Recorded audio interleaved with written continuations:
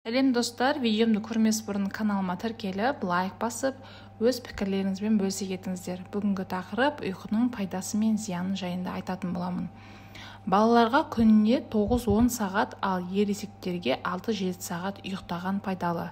Түскі мезгілде де ұйықтап алған жаман болмайды, ми біршама тынығады. Бірақ көп уақытқа ұйықтауға да болмайды. Кемінде түскі уақытта 30 немесе 15 минут ұйықтаған дұрыс. Ары қарай көп ұйықтайтын болсаңыз, ми уже демалуға кетіп, шаршаңқы болып тұрасыз. Егер 15 жарты сағат ұйықтасаңыз, сергек болып тұрасыз. Біз өміріміздің 3/1 бөлігін ұйқымен өткіземіз. Бұл тіршілік үшін аса қажет. Бір күн ұйқы қанбаса, адамның түрі өзгеріп, көңіл күйі онша болмайды. Бірнеше күн ұйқысыз өткізсе, бейне бір аурудан тұрғандай түр қашып, өңі бозарып кетеді. Адам күн сайын белгілі бір мезгілде ұйықтап, белгілі бір мезгілде тұруды әдетке айналдыру керек. Егер олай істемесе, ұйқы қанбаушылық пайда болады. Ұйқы адамға сонша қажет пе деген сұрақтың жауабын іздеген американдық ғалымдар ұзақ уақыт ұйқысыз тіршіліктің зерттемекші болған. 200 сағатқа тәжірибеге Нью-Йорк радиосының дикторы ықылас білдірген. Алғашқы 135 сағат бойы ол қалыпты жағдайда сөйлеп, әр сағат сайын өз туралы хабарлап отырған. Дәрігерлер оның хал жағдайын тексеріп, үнемі жүрек қан тамырларының, тыныс алу органдарының жұмысын тыңғылықты бақылап тұрған.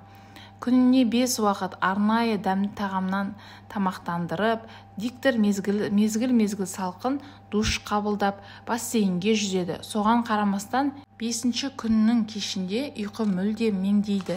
Дәрігерлер ағзаны сергітетін әртүрлі дәрі-дәрмектер береді. 6-ші күні айтқанынан жаңылысып, тұтығып қалады. Кейіннен есінен шатасы, басының сақинасы ұстайды. Міне ұйқысыздықтың, ұйқы қанбаушылықтың әсері осындай жағдайларға алып келеді. Адам бойындағы күш-қуат, жігер жинау үшін шаршағанда басып, жүйке жүйесін тыныштандырудың тәтті ұйқының маңызы өте зор. Ең алдымен ұйқыға бейімделу керек.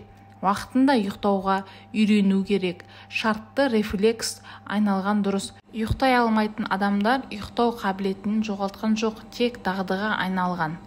Ұйқының бұзылуы тамақтануға тікелей байланысты. Той пішкен тамақтан соң адам өте мазасыз ұйықтайды. Ащы шай мен кофе де уақытында ұйықтауға кедергі жасайды. Бөлмені желдетіп, ауасын тазартып, іші аса ыстық не суық болмаса, көзге жарық түсіп, шағылыспаса ұйқы қанық болады. Жататын жайлы орындарыңыз да маңызы зор. Сонымен қатар жамылатын көрпе де үлкен рөл атқарады. Оның жеңіл, ауа өткізетін, жұмсақ, икемді, құралымды болған абзал. Француз ғалымдары осындай көрпе жамылғыларды ұсынады. Ауыр көрпе зілдей басып, қан айналымын кемитеді. Соның салдарынан ауа еркін өтпей, дене қатты қызады. Дегенмен адамның үйреншікті әдеті бәрінен де жоғары. Қызба, ашушаң, ызақор адамдар және кішкене балалар қараңғы үйде ұйықтай алмайды. Сондықтан оларға жарық жағып қою керек. Оның ешбір зияны жоқ. Ал кейбіреулер жатар алдында 1-2 қасық қант не болмаса бал ішіп жатады. Бұл да пайдалы, бірақ сол тәттілерден кейін ауызды шайып, тісті жақсылап тазарту керек. Әйтпесе тіс зақымданады. Кейбіреудің ұйықтар алдында кітап оқитын әдеті бар. Осының бәрі дәрісіз ұйықтауға арналған жаттығулар. Күнде әдетке айналдырған соң, сол дағдыларды қалыптастырса, ұйықтау да оңай әрі күні бойы қалжырап, шаршағанды тамаша тәтті ұйқымен жоюға болады.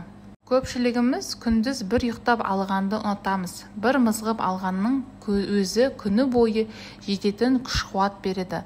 Ғылымдар жұмсақ қабілеттілік зерттеу үшін күнделікті түс кезінде 20-25 минут көз іліндіріп алуды ұсынады. Өздеріңіз білетіндей, ауруханаларда түскі сағат 3 пен 5-тің аралығында тихий час деп бүкіл науқастарды ұйықтатады.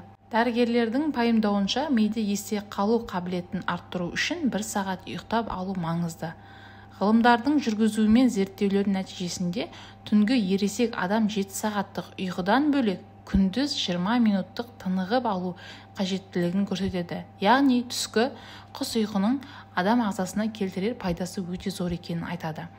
жадында сақтау қабілетін арттырады, күйзелістен қорғайды, шығармашылыққа қабілетінің оң әсер ететін көңіл-күй көтеріледі. Алайда қажет уақытында өте көп ұйықтау зиян. Шамадан тыс көп ұйқының әсерінен диабет, жүрек ауруының шалдығуы мен артық салмақ қосу қаупі бар.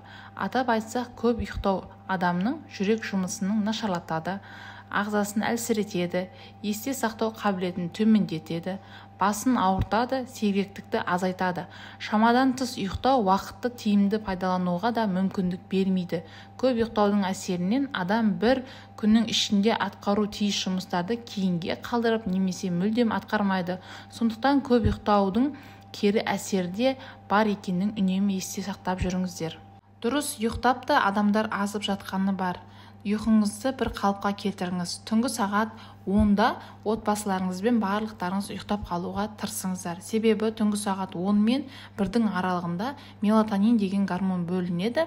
Ол кішкентайлардың арасында өсу гормоны, ал үлкендердің арасында сергектік беретін гормон. Егер балаларыңыз түнгі сағат 1-де, өздеріңіз түнгі сағат 2-3-ге дейін телефон шықылайтын болсаңыздар, сіздерде мелатонин гормоны бөлінбейді.